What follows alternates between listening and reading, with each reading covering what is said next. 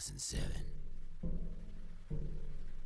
a young Latino street gangster named Marco, at the beginning of his life in the gang, at an early age, he was so engulfed in violence, anger, money, and murder that is until he had to commit a crime so heinous, Marco wanted out.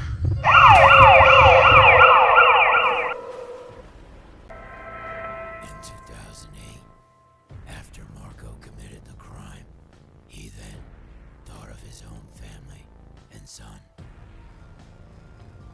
Marco figured it was time to leave, as in vanish.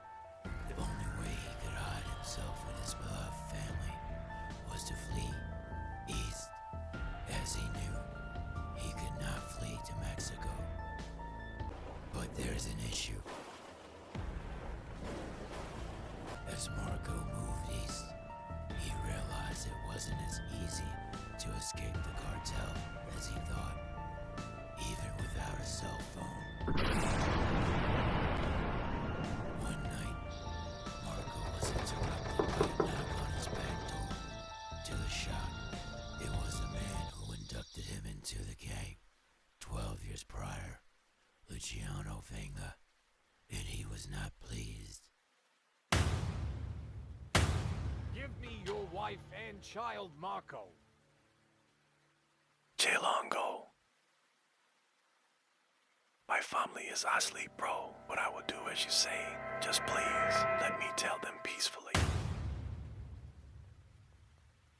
Marco, nodding in approval, holding his hands up, turned around, yelling for family, and then Ever turn your fuck. Marco was knocked unconscious. Upon coming back to conscious, Marco heard the sounds of crickets and insects of the night. He knew his home was near the beach, which could only mean one thing.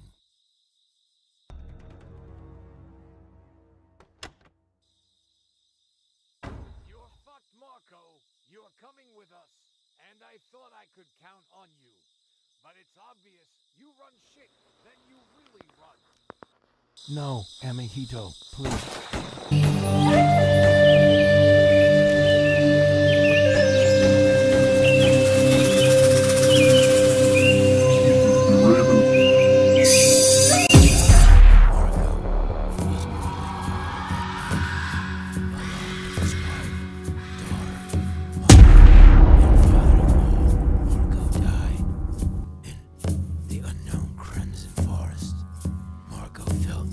About the area when he was stripped of his blindfold.